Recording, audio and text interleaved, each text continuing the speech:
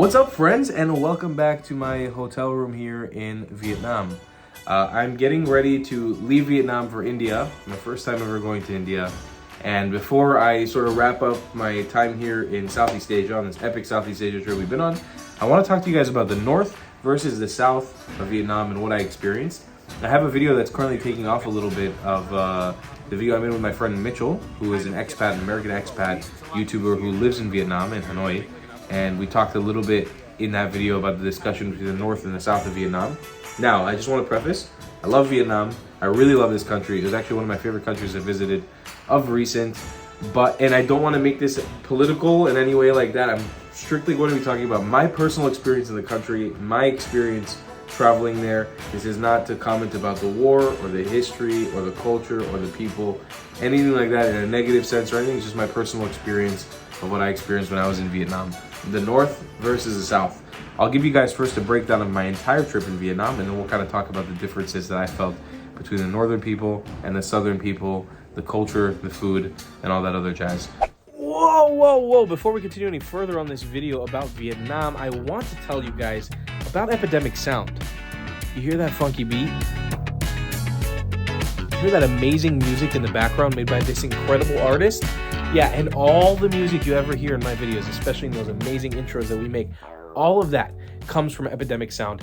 Epidemic Sound is my go-to on-the-go creation tool with music for videos. The roster of music that they have, the amount that it's been growing over the past couple of years has been unbelievable. I've been using them consistently in every single video that we've been producing on this channel since 2018, and they have provided me with the most incredible country-specific music that I can bring you guys using their app or using the desktop browser. Doesn't matter what, you'll be able to download music straight to your phone, straight to the computer, drop it on your favorite editing app, and get incredible music for your amazing content on the go or at home whenever you want. I want you guys right now to head into the description and sign up with my link down below to get 30 days for free of Epidemic Sound, so you can try this service out and you'll see that you're never going to want to go back. Don't deal with any copyright issues. My first couple years on YouTube, all I did was use music from around the internet without a license by just asking permission for artists. All in all, I can't really monetize any of my old backlog of videos that I first started this channel with. It's worth the time to sign up with Epidemic Sound now before your YouTube career starts going. Or if you're already a YouTuber and you're making money off this platform, you should use Epidemic Sound. It'll save you a lot of headache in the future, I promise you that. Thanks for Epidemic for sponsoring this video. Now back to Vietnam. So, my adventure began in Ho Chi Minh City. I took a bus from Phnom Penh, Cambodia, all the way to Saigon. When I got to Saigon, I didn't really have a clear idea of what I wanted to do. To be honest, when it comes to the travel trail in Vietnam, the backpacker route, quote unquote, the touristy route, which I'm trying to veer off very strongly, trying to cover more stories and interesting people on my YouTube channel, it was very difficult to find something to cover in Saigon. I had a really hard time connecting with people, especially locals, who were willing to tell me a story, tell me about their history, tell me about their place. It felt to me like Saigon kind of ran to that big city life, that Tokyo, New York City, sort of Manila-esque life of just like, this is a big city. And while, again, I know there's plenty of culture and history and all that stuff, I know that it exists in Saigon. From a first-time traveler to Vietnam perspective, arriving there, I kind of was like, okay, there's not much to do. I don't have much to see or do here, unless I go do those like weird like bamboo rafting boats and like some tours of the river. But you know, I don't know if those of you guys who are new to this channel, I'm not really a backpacker. I'm not really traveling like a backpacker anymore. I'm not trying to do tourist attractions. I'm here more on a trip trying to cover stories about interesting people doing interesting things. And so Saigon for me immediately was kind of like, this is kind of strange. I'm not really sure what to make of it. I spent, I believe, around a week in south of Vietnam, in Saigon, eating a lot of good food, traveling through there. And then we took a 8-hour train, maybe even longer. It might have been like an 18-hour train. I'm a little fuzzy on it. Through the south of Vietnam to the center of Vietnam to Danang. I came to Danang because I wanted to surf. That was the only reason I came to Danang, pretty much. I had a friend from the island I live on in the Philippines who recently went to Danang. He said the waves were really nice and sweet, very small, not competitive in the water, very nice place to just go do a little bit of surfing. When I arrived to my dismay, the waves were pretty much almost non-existent the entire time I was there. I still was able to surf a little bit, which was fun. But actually, besides coming there to surf, I came because I was put off in Thailand by somebody who explained to me that there's a mass immigration of Russians to Danang, Vietnam. When I actually got to Danang, Vietnam, I found out that it's not just Danang that's being sort of immigrated to from Russians. There's other cities. I think it's called Nuoc. I forgot the name. It's another place somewhere in the center of Vietnam, the more central area, away from Hanoi, away from Saigon, that is being taken over by Russians. Again, I'm not saying this in a bad way or in a good way. I'm looking at it from the outside perspective, somebody who's not Russian, who doesn't really care what happens in Vietnam with Russians or non-Russians. That's not my cup of tea. I'm more here to just tell you guys what I'm experiencing. I was put to this story of go cover why there are so many Russians moving to Vietnam, and that's a story we put together, kind of like the Russian invasion of Vietnam. Very, very interesting to learn about how what's going on right now between Russia and Ukraine has affected the immigration of people moving to Vietnam, and how there's communities that have existed before this war, and developing communities, how they're integrating with local Vietnamese people. And to be honest, the surrounding area of Da Nang and Hoi An was very interesting to me. Da Nang felt like Miami. It really felt just like the town or the city that I grew up in. Very, very similar beachside town with, in my opinion, a lot better food, a lot nicer people, and a lot cheaper to exist for somebody who comes from where I come from. Hoi An was the worst of what I look for when traveling. This is not to say anything bad about Hoi An. I didn't even give it really a chance. But when I got there, what I saw was just a town overrun by backpackers and tourists. It's not my cup of tea. I'm happy for the people of Hoi An that they get to have this sort of travel sphere of people coming in and filming TikToks and Instagram videos about the best coffee shops and the best thing. To me, Hoi An felt the furthest away from what Vietnam is. And again, I'm sure that I'm wrong about this because I didn't even give Hoi An a chance. I'm sure there are places to go discover the real side of Vietnam in Hoi An. But when I got there, I just felt this immense sense of this has been overtaken completely by tourism, and there's not a remnant left of some culture that I can find here, something that's not touristy. Anytime I arrive somewhere and somebody comes up to me with a basket of fruit saying, hey, you want to take a picture with my basket of fruits? I'm immediately like, yeah, this isn't my cup of tea. This is not what I'm looking for. I'm happy for the people who are traveling out there. I'm happy that people are expanding their travel sphere and people are traveling to places like Vietnam and going out to Hoi An. Just myself personally, I've been on the road for 9 years, not interested in Hoi An as a travel destination. Da Nang was way more appealing to me because we did have a chance to interact with some locals. When I was surfing, I met a lot of local Vietnamese people on the water who have been surfing and are part of the surf scene, and I made some friends in the water, made friends with my surfing. The guy was renting me the surfboard. It was lovely. I had a good time in Da Nang. I really, really enjoyed it. While again, there was a lot of tourism, to me it felt way more local tourism based rather than foreign tourists. There were a lot of foreign tourists, but the local tourism was so overrun there that you didn't really feel the foreign tourism when I was there. Okay, next up, I took another train or an overnight bus. I think it was an overnight bus from Da Nang to Hanoi, where I currently am. Hanoi has been super cool. I stuck most of the time to the old city. I think the entire time we've been here, we've only had accommodation in the old city, which is hilarious because it's the most touristy part of town. It's just also, I don't know why, it's very comfortable. I've jumped around to different parts of Hanoi. It's just everything I need and everything I want at the moment is here in this part of the city. And it's really, really nice.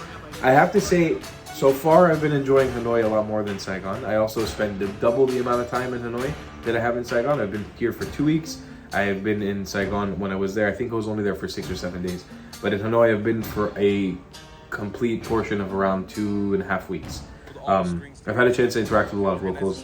I've had a chance to meet a lot of cool people, expats. I like the scene here when it comes to the food. I like that people just come up to you in the street like local Vietnamese kids and want to practice their English. That's been a really fun experience. I just generally am feeling more of a vibe with the city. I don't know how to explain it per se. We've just had plenty of luck, in my opinion, with connecting with people here specifically, which has been really, really cool. Past Hanoi, the only other thing that I've done in the country is do the Ha Giang Loop, which was phenomenal. It is one of the highlights of my entire life. traveling. It has been, we just finished it. It was an amazing journey. I did it for my birthday. It was super, super, super cool. We did 5 days on the loop, traveling to really remote areas away from the tourists. We hired a private guide who was also my friend Moshe's front rider. My friend Moshe was back riding with him, Tuan, who really gave us an insight on the local life in Vietnam, and we were able to sort of steer the tour, quote unquote, what we wanted to do in our direction. There was one day that we drove completely off-road, away from the concrete roads, away from all the where the tourists go. It was a difficult day, difficult on your ass, difficult on your body, but it was amazing. It was us getting to experience the actual rural part of Hazang that I was really interested in. And then the Dongvan market, which I did on my birthday just recently, was phenomenal. Yeah. It was one of the highlights of this whole Southeast Asia trip, getting to see locals dressing the way they actually would dress in their cultural garb, not for the sake of tourism, because that's how they actually dress on their day-to-day. Getting to see them go to the markets and sell their fruits and sell their vegetables and sell all these knickknacks and goodies and rare animals that they're, killing in the forest, whatever it is, was so cool. It was amazing. The things that happen in there for a Westerner, yeah, are questionable. And I'm somewhere in between a Westerner and an Easterner at this point, so I don't know where my values lie, exactly what's right and what's wrong. I'm not here to pass any judgment on what people in the mountains of Vietnam are doing with their life. I just think the way that exists, it feels like a time capsule, like a portal that you can step foot into. Currently, in this century that we live in 2023, you can go back like 1,000 years and just see what people used to do like 1,000 years ago in this little mountain province. Phenomenal place. So far, I've spent more of my time in central and northern Vietnam compared to the south of Vietnam. So this judgment slash insight coming from me is gonna be skewed for sure. And I ask questions. I talk to a lot of people while I travel. I've understood sort of the relationship that I don't want to bring up in this video because it's not my place to at all. But I've understood sort of the relationship between the North and the South a little bit and how those dynamics work. And I know that what I'm about to say can definitely be triggering to certain people, especially for Vietnamese watching this video. I know it can be, and it's not my intention in any way to trigger anybody. I want to make that clear one more time. I genuinely have loved this country from the South to the North. It has been one of my favorites. I think the people have been gems. Vietnamese people have been so friendly and so accommodating and so welcoming the entire time we've been here. It's been just a really great experience, and it makes me want to come back again and again and again. But if I had to choose what part of the country I would go back to next time, without doubt it would be the north of Vietnam. I don't know what it is. I don't know how to explain it really, what the feeling is. It just feels like the real Vietnam. I really don't know how to explain it. To me, it feels like Saigon is very much, it reminds me of home, and not in a good way. It reminds me of cities like Tel Aviv, and it reminds me of cities like Miami, and it reminds me of big cities that I've lived in, like Manila. It's not very dirty in a lot of the parts. We were only in one specific area, but it's not very dirty, and especially the more uppity, affluenced area that we got to explore when we were riding around on the bikes there, is very nice, like surprisingly beautiful. Like coming in, I didn't know anything about Saigon, really didn't know anything about Ho Chi Minh City. I just knew it was, I think, the biggest city in Vietnam, one of the biggest super cities in Southeast Asia. I didn't know what to expect, and going into it, seeing it all for the first time, I was kind of like, wow, okay, so this place has really developed very, very, very rapidly and very amazingly, and it's just like not rough around the edges. It's not what I'm looking for when I travel, quote unquote. I like to connect with places that have their roots really, really tied into their past, and that's not an easy thing to find, and sometimes it comes with goods and bads. But for example, when I look at cities like Tokyo versus Osaka in Japan, just for example, a country that I'll be traveling to very soon. On my first trip to Japan a few years ago, I always cited feeling more at home in a place like Osaka than I did in Tokyo. And I know you're comparing apples to oranges because Tokyo is like a mega city and Osaka is a relatively small city compared to Tokyo. but I much find myself more happy in Osaka than I do in a place like Tokyo. And then if I had to choose a place like New York versus Los Angeles, I much rather choose New York because it's got that grime and that grit and that sort of something like a little rough about it. Manila or Cebu, I'd much rather choose Cebu than Manila if I'm in the Philippines. So I find myself not wanting to be in those giant metropolises anymore in my life. I don't find myself feeling that need. Besides New York, yeah, New York is like, I don't know, somehow an exception because it's a giant metropolis that looks like a slum 99% of the time you're around there, in a good way, and that's not the same thing bad, you know, like I love New York very, very much.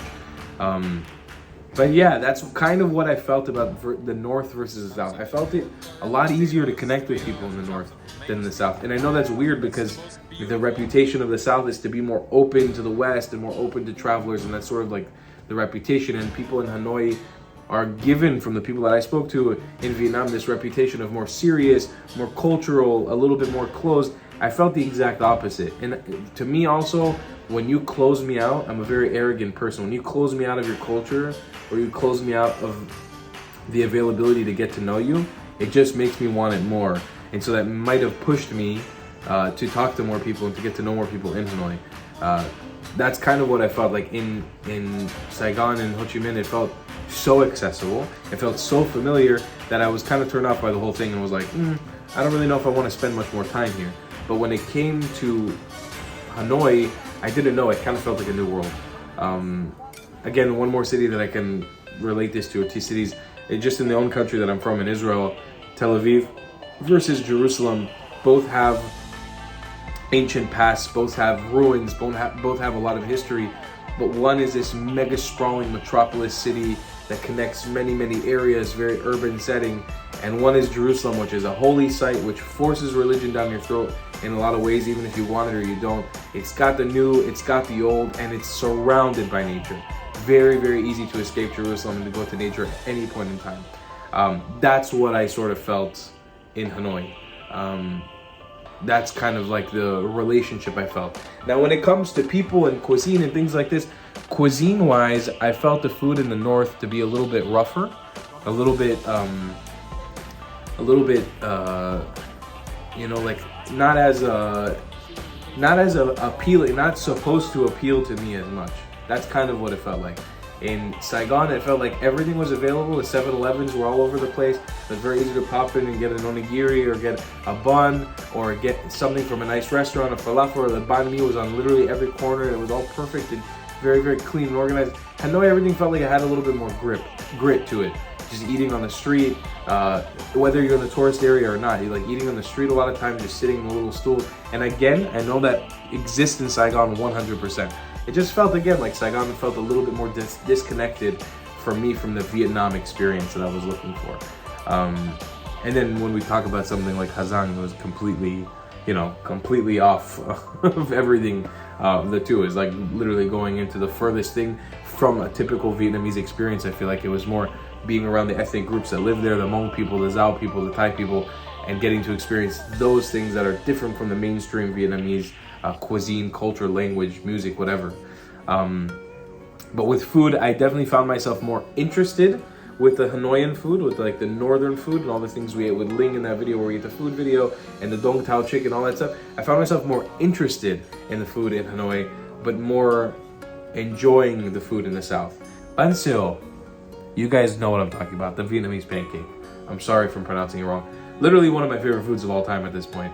I've tried it before, many times before coming to Vietnam. When I had it in Vietnam, it's life-changing. That shit is so freaking good. The shrimp, the chicken, sometimes you put beef in it, the noodles, the fish sauce. That is amazing. It's a 10 out of 10 dish for me. And knowing that it's popularized in the South, I had my first one in the South. It was huge. I had a few of them in the South. I remember comparing the flavor from the South and the North and definitely feeling the one in the South was a little bit better. It felt like it was a little bit close to home. I hope I'm not getting that wrong. That's just what I remember hearing, is that the South is bánh xèo's dishes from there, and the North is not that much. The unfortunate thing for me too is I don't eat pork, and so the I think it's called bún chao, the northern sort of meatball pork that's in the leaf. I couldn't even try it. I filmed it in the video with Mitchell, so we included it, but I couldn't even really try it. I couldn't get a chance to to get it. So for me, it was kind of like a dud a little bit. It sucks whenever I go to a place and I can't eat the national dish or the famous dish of that area because it has pork in it, but that's on me. That's not on anyone in Vietnam or on Hanoi. But I definitely found myself more happy with the food in the south, but way more interested with the food in the north because I like that grit and those new things I've never had, those new flavors. And I think the last thing I want to talk about is people. It's hard for me to pass any sort of judgment, and again, like I said in the beginning of this video, I refuse to because it's not my place. I don't live in Vietnam. First time traveler in Vietnam, I spent only 30 days in the country. I'll be spending just around 30 days by the time I leave. It's not my place to pass any judgment on how people behave, north or south, their cultural experiences that brought them to that point. It's not my job to talk about any of that. What I feel that I experienced so far was in the south, a little bit more cold from the people, and in the north, a little bit more warm for the people. Now, in the north, we felt we had more time, we worked on more videos, and we also worked with more people. Is it a fair comparison? Probably not. Are people in the south probably as friendly as people in the north? Yes. Hell, the reputation is that people in the south are more friendly than people in the north. So I'm not even really trying to compare them. I'm just talking about my personal experience, like I said many times in this video before. I don't see any problems with any people in Vietnam, north, south, or center. I felt like, again, people were extremely, extremely friendly across the entire country, through all the provinces that we visited. And doing this trip via trains and buses and not flying around the country at all really made me feel like I got a sense of what Vietnam has to offer when it comes to that warmth, that culture, and that love that people show us. I mean, just the amount of times that we had sugarcane juice and we just had funny interactions with people on the street, or just like learning how to say Xin Chào Vietnam or Xin Chào or I love Vietnam, and just saying that to people on the street and getting the reaction. While people don't have perfect English, just willing to communicate with a foreigner. And you know, I'm not a white guy, and I always talk about race and stuff in videos, especially with my color of skin. I feel like it's very easy for a lot of locals in countries to disregard me as just Asian or not be very interested in me. I never felt for a second in Vietnam like people, north or south, were not interested in talking to me or communicating with me or anything like that. It felt completely welcoming the entire time. I also recognize I'm a guy, I'm a big guy, I'm a YouTuber holding a camera a lot of times, so maybe that changes things, but the personal feelings, this is what I felt. It's not a generalization about anything. So to wrap it up, without blabbing on for way too much longer, because I know this video kind of lacks a little bit of gut. I'm not taking any sort of clear position saying north or south. I like the north, I like the south. Generally, I think I prefer to go back to the north of Vietnam my next time that I come back here. I just enjoyed it more, and I found a lot more cool things that I'm interested in the north to see and do. But I recognize that the south has a lot to offer and stuff that I was just not willing to do because of the amount of what I felt there. I don't know. I don't know how to explain it. That being said, I'm really curious to hear your thoughts. I know there's going to be a lot of Vietnamese people who probably watch this because I'm going to bank it off of the last video that's taking off. So I'm interested to hear your thoughts. Are you offended by what I said? Are you angry about what I felt? Do you agree with anything I said? Leave me your thoughts. I'm genuinely curious to know. Vietnam is really on my radar now, I have to say. I don't know when I'll be able to travel back to Vietnam again, and to be honest, the visa thing, with the whole applying for a visa ahead of time, having to have all the paperwork perfect before you go, it's a little bit frustrating. I'm willing to do it next time that I go. It's just not, it doesn't make it as inviting to go to as like a place like Thailand or Cambodia or Laos, where you can do the visa on the spot, or in Thailand, for example, you just enter, there's no problems. I get the reasoning for it, but you know, just as a personal experience as a traveler, it makes it a little bit less desirable to go just because I have to deal with that short visa thing. I like to just arrive in countries where I just show my passport and go. It's a privilege of having two pretty strong passports.